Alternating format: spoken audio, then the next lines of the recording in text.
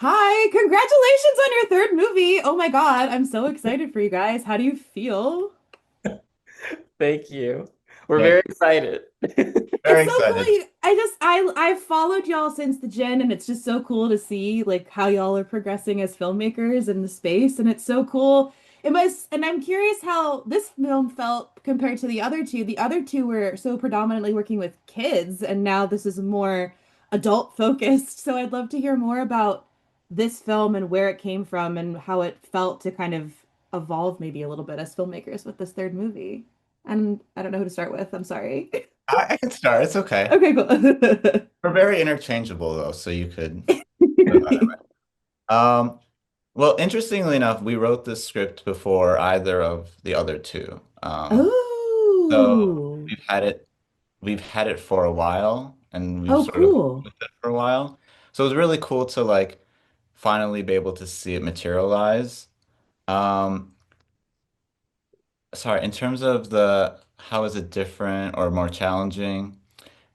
Um, it actually was more challenging than working with the kids, not because of working with adults, but just like with any production, it just seems like there's going to be a whole new set of like problems you have to face, and you have to try to Yes. figure out how to navigate them. So we were definitely presented with just some problems we never have experienced before, but it definitely is just teaching us like there's always just going to be things you have to sort of be able to problem solve and navigate around. What were some I of don't those problems? Like, is there like like specifically hilarious or like problem you can share that you encountered? I'm always curious hearing about that. As a filmmaker now myself, too, I'm always just like curious what that was like, what those problems were. Ray Beth, I think we wish that these were humorous problems. Oh no, the worst. We can look Okay, back on now, I think fair. it's like we've learned a lot and we're just like we're happy we made them through, but Yeah.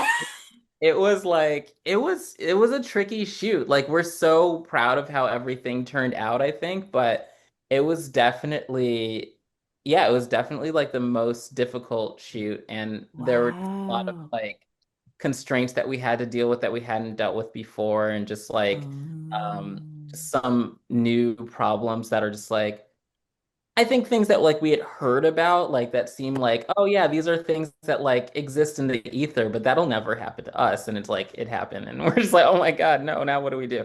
So, but uh, yeah, it's like it's. I think that it made us like stronger as filmmakers. I think looking back on it, this movie, which is great. I feel like almost in a way, it's like we can relate to Natalie. Like we pushed through our own like issues. We're all like in this together. So, yeah. yeah.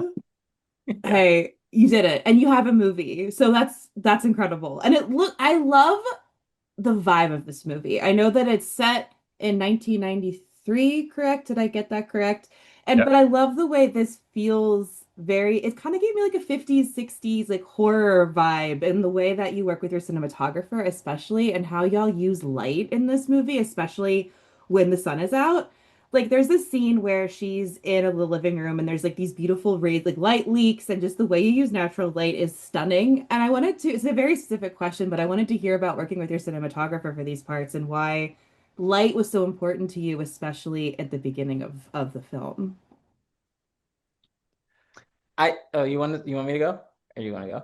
You can go with it. I'll let you take this one.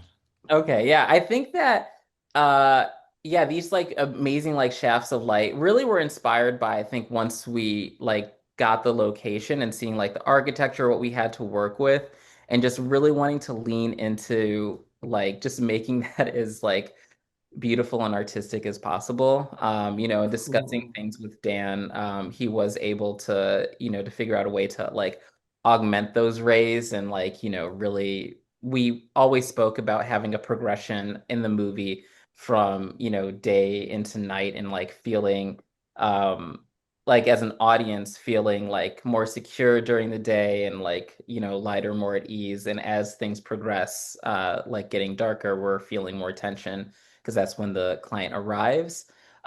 So I'm really glad that that resonated with you because that was a really important aspect, I think, in like our Yeah. preparation for the movie.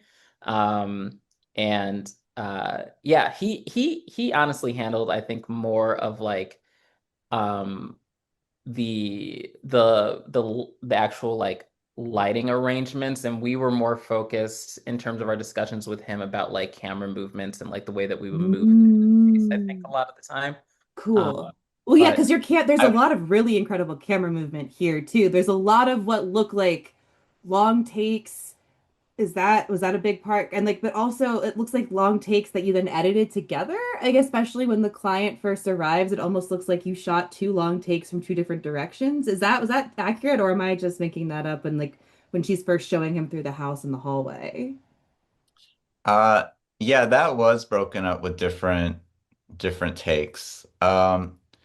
But we do have a lot of long takes that are just pure long takes. Like when she Yeah, first seeing her go through the house, we always love to be able to establish the geography of our location. So that was just one pure long take.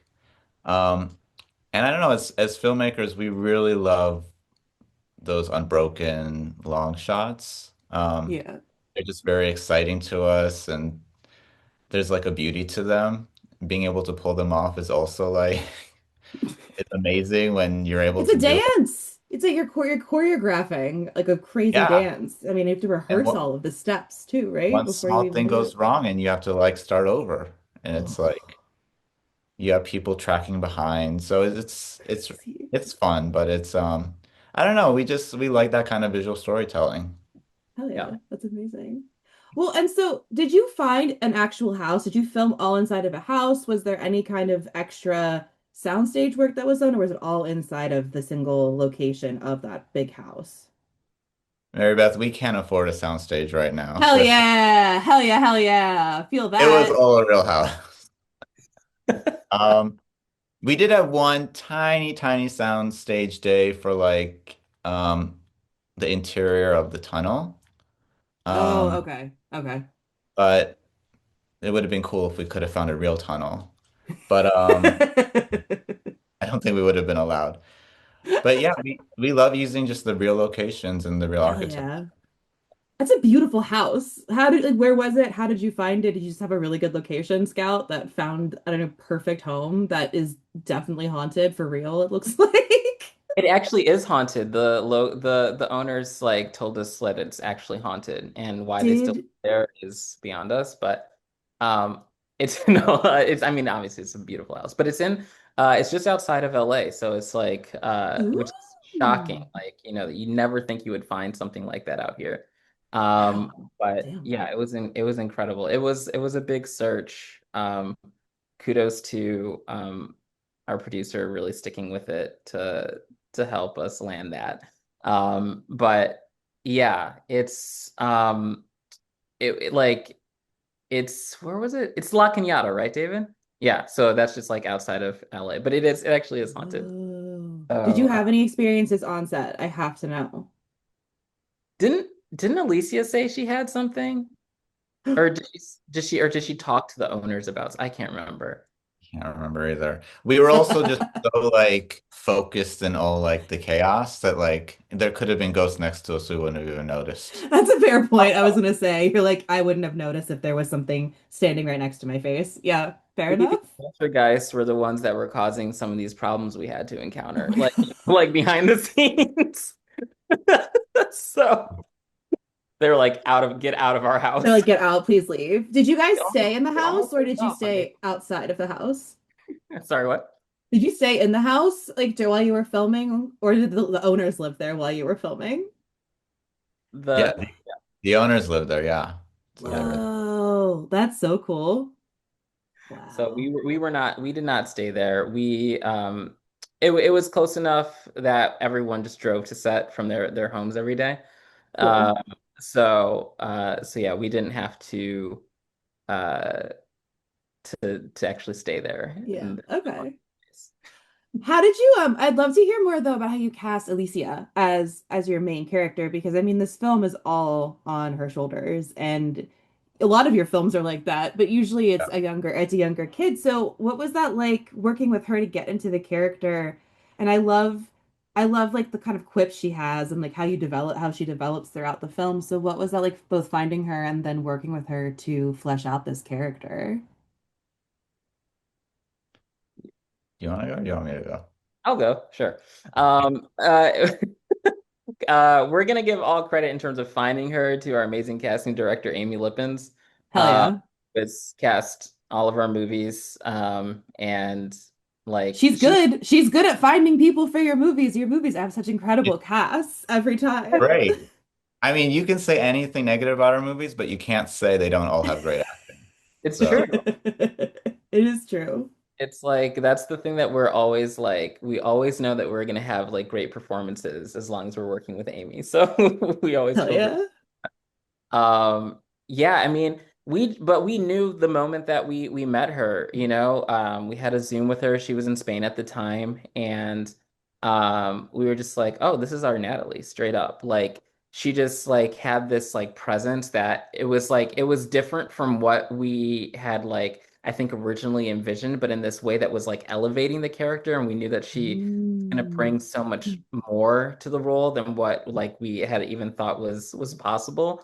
And you know, that proved to be, you know, true. And even beyond that, like once we were actually on set and just seeing how committed she was to the role. Um, and you know, it was the same with Raul, where He's so scary. He's so I good at know. being scary. Oh my God. yes, we Good agree. Lord. Yeah, we never thought we were gonna get him. I can let David speak more to Oh that. yeah, I mean, Amy asked us who we wanted to go out to for him, and we mentioned Raul. And I Oh, think so you had him like in mind as potentially playing. Oh, that's so cool.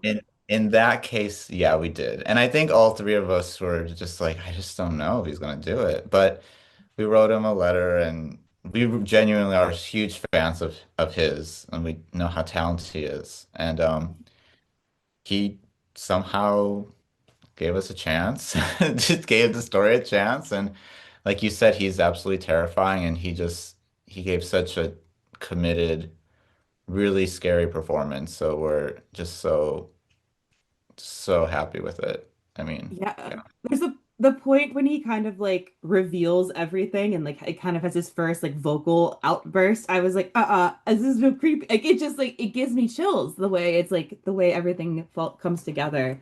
So yeah, incredible.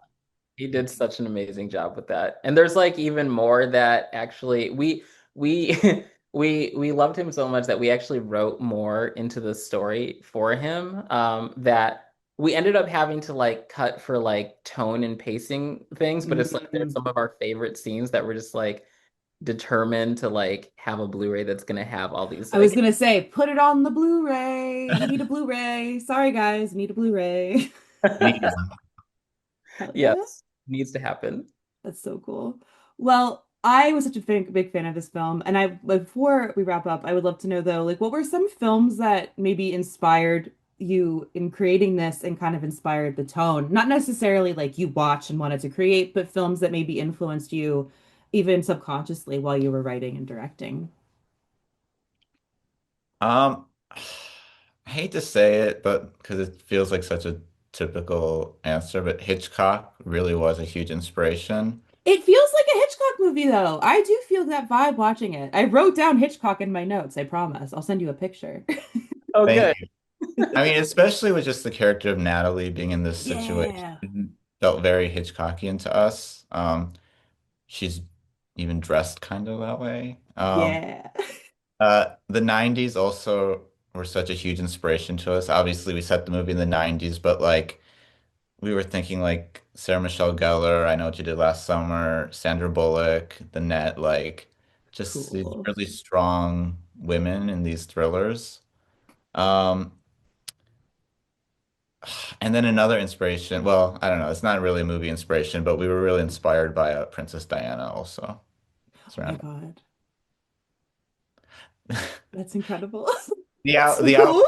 the outfit that she wears is very similar to something that Princess Diana wore. And Yeah. that's on purpose.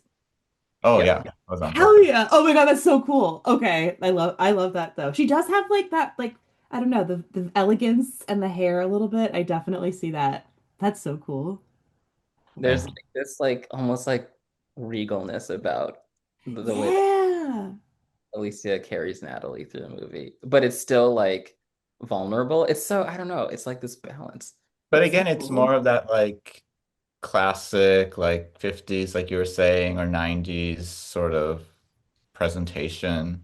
I don't know, we really like that traditional sense because even, and I think you also see it in the score, it's like a way more instrumental score than like sort of the droney, metallic, scratchy scores you now hear in every single horror movie. We just, even though we didn't have the budget, we really wanted to like try to recreate this like this vibe and this feeling of a more traditional horror movie.